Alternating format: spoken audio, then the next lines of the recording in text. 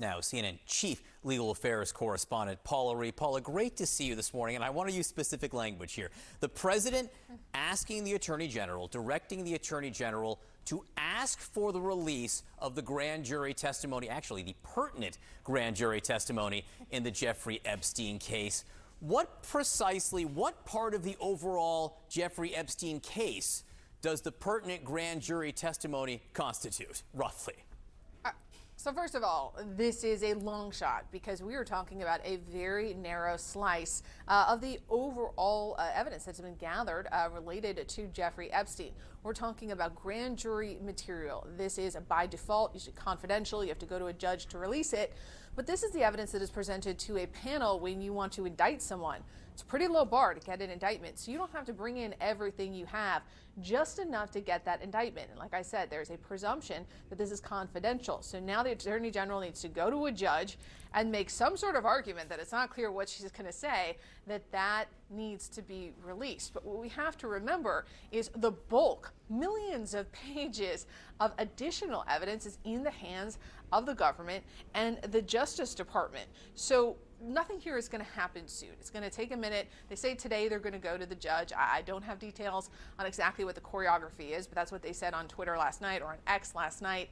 And then the judge is going to need to get input from other stakeholders because much of the information that is under seal could potentially have an impact on victims or accusers, which is why this is a long shot. It's going to be tough for the Attorney General to convince a judge, like, hey, could you help get me out of this jam? This is kind of a mess. People need to know, especially when she's sitting on millions and millions of pages of additional evidence. So it will take a while for the judge to decide, even if by some long shot the judge decides, sure, I'll release this. People are not going to forget. People who care about this issue are not going to forget about all the additional evidence that is in the possession of the Justice Department.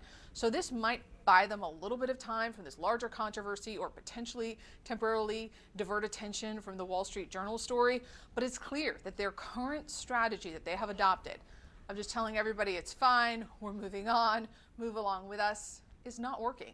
So you see the Attorney General and the President going down the menu, the list of options that they have. One, which they're also not doing, as I've noted, is to release the information they have. Two, they could go to the court. That's what they're doing now. They also have this option that some right-wing influencers have called for, to appoint a special counsel.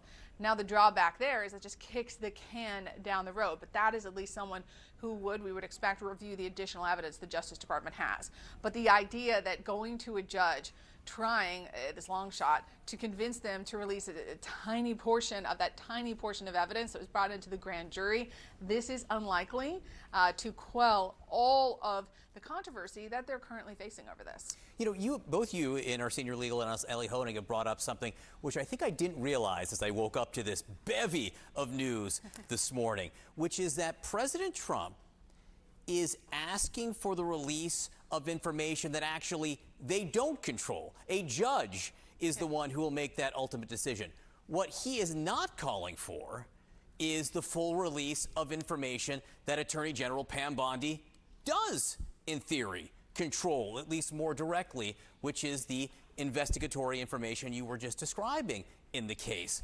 That's interesting. Yeah, earlier this week, he sort of tiptoed towards that. He said that he would support Pam Bondi releasing credible or relevant additional information. I asked her about that a few minutes later. She was at a press conference. Will you do it?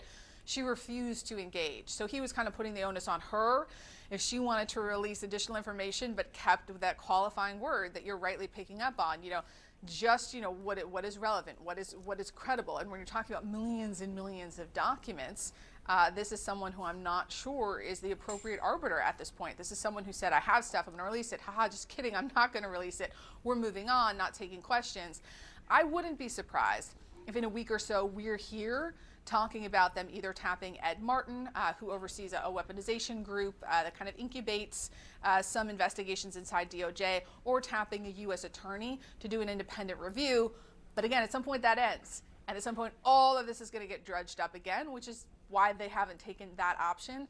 But I really don't think that what they're doing here, is going to solve this. Yeah, heavily nuanced requests here and heavily nuanced language. Paula Reed, it's great to have you on walking us through all of this step by step. Thank you very much.